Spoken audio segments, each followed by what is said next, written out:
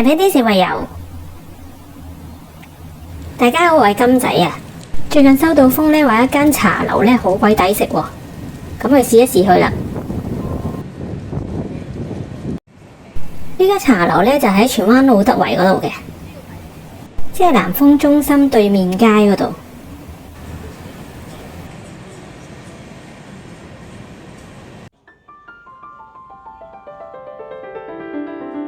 呢度有個一人全包早餐呢，只係43蚊嘅啫，完全唔使收呢個街一同埋茶芥噶，就任選一款粥或者飯，再加下面呢 A 或者 B 嘅點心拼盤。二人全包早餐呢，就任選2款粥或者飯，咁啊再加呢下面呢度有呢3款嘅點心。但係值得留意呢，佢個免茶芥優惠呢，只會去到12點噶啦。即係你如果坐到12點幾至走呢，就要俾翻個茶錢啦。我哋就嗌咗個2人全包餐，咁啊先嚟咗個欖角排骨飯。呢個排骨飯呢，就唔係好大嘅啫，細細盅咁樣。咁就有4粒嘅排骨，又有幾嚿嘅欖角。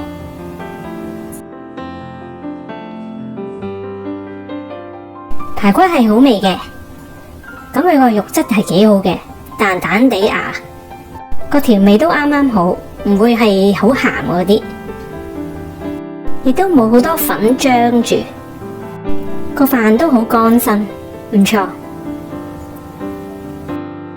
呢個皮蛋瘦肉粥呢，就幾大碗，係一個湯碗咁大啊！咁一筆落去呢，個粥呢係好結身嘅。都有啲瘦肉碎，但係皮蛋呢就好少，不嚟不去呢都冇乜皮蛋，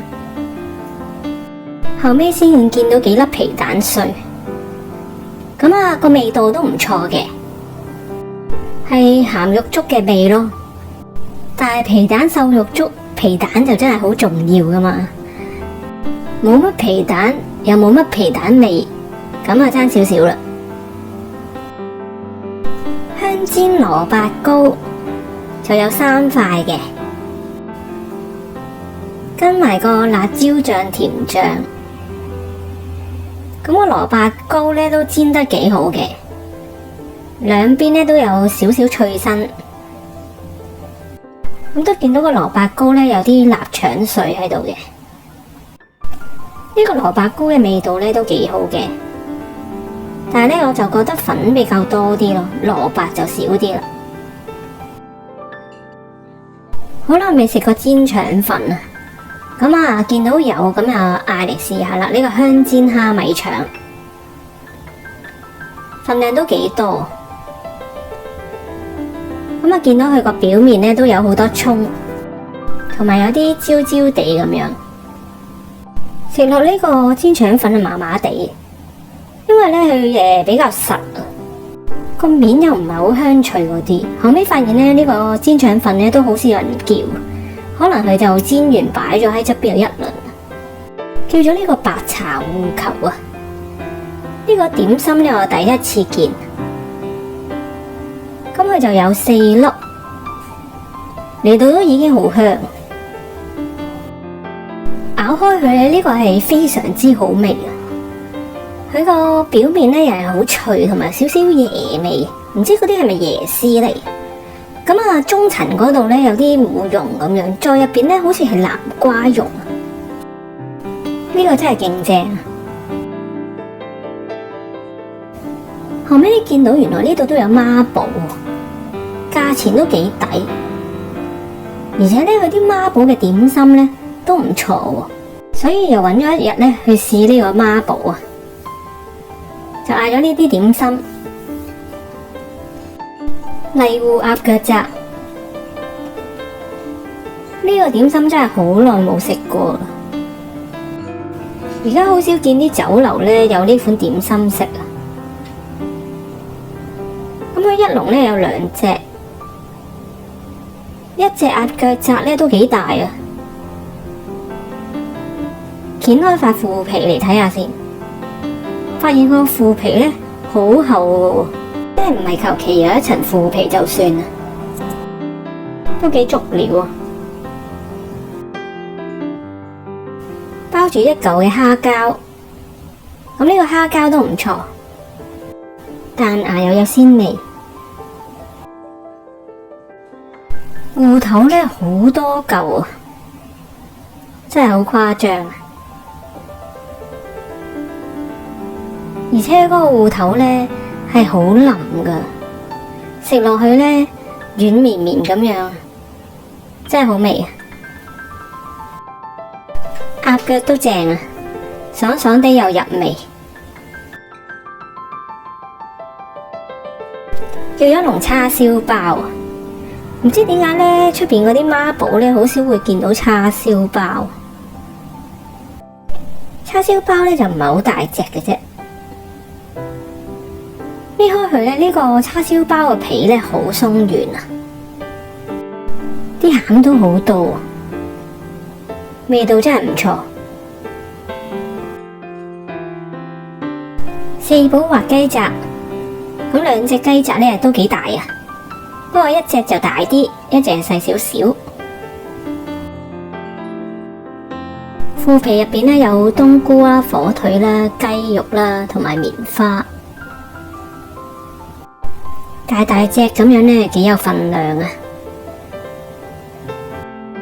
掹開塊腐皮先，腐皮真係好多啊！呢個腐皮呢，軟軟地咁樣，吸收晒嗰啲湯汁嘅味道啊，真係冇得頂啊！食雞扎呢，我好中意食呢嚿棉花，即係魚肚啊！呢度呢個魚肚呢，軟腍腍，好滑。索晒啲湯汁精華，好味道啊！仲有好大嚿嘅火腿啊！冬菇夾出嚟呢，有啲失望啊，因為我嚿冬菇呢好細嚿，但我見到蝦子餅嗰嚿冬菇呢好大嚿噶。咁但係後尾原來呢，有另外一嚿呢夾咗喺下面喎，可能佢都發現嗰嚿冬菇太細嚿啦，咁佢就用咗兩嚿。真係好均真啊！最後就係雞扎嘅靈魂啦，雞肉。雞肉係嫩滑，好味嘅。呢個雞扎冇得彈啊！潮式蒸粉果就有3嚿，就唔算好大粒，普普通通嘅 size。稱起佢呢都冇穿窿個皮，以為佢好厚皮啊！咬穿佢呢，發現個皮好薄，同埋個餡都唔少啊！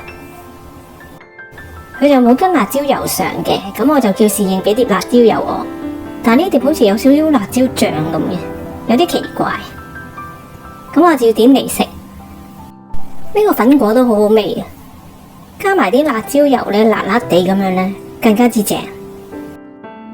之前嗰個1人餐啊、2人餐就全包嘅，唔使加一，唔使茶芥。但孖寶呢就唔係全包嘅，咁啊要茶芥啊加一。呢度嘅早市呢係至到11點半嘅，咁我哋就坐到成12點，咁所以佢就收咗我哋呢午市嘅茶錢。咁啊發現呢，我哋嗌咗2個孖寶呢，最後加埋計埋茶錢呢，都係104個半啫喎。